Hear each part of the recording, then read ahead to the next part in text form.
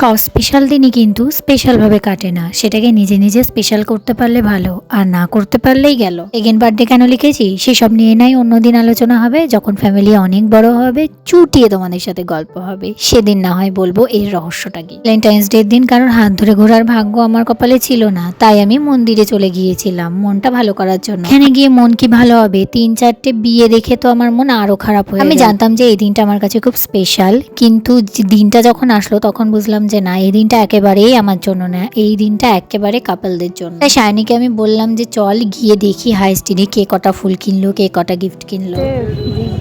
ছাত্রী ছেলেগুলো যারা কিছু করে না তারা দেবে। এগুলো হচ্ছে কোম্পানির জব, এটাও কোম্পানির জব। এগুলো হচ্ছে সবে চাকরি পেয়েছে এইটা, হ্যাঁ। আর এই বড়গুলো হচ্ছে চাকরি পেয়ে গোছানো।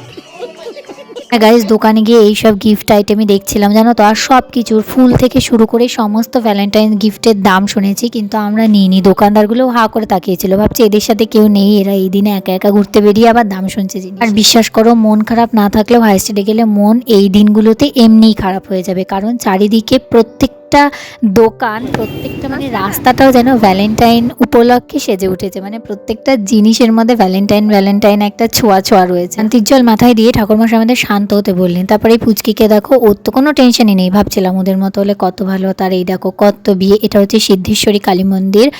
আর তোমরা বলো তো আমি কটা বউবরকে দেখলাম।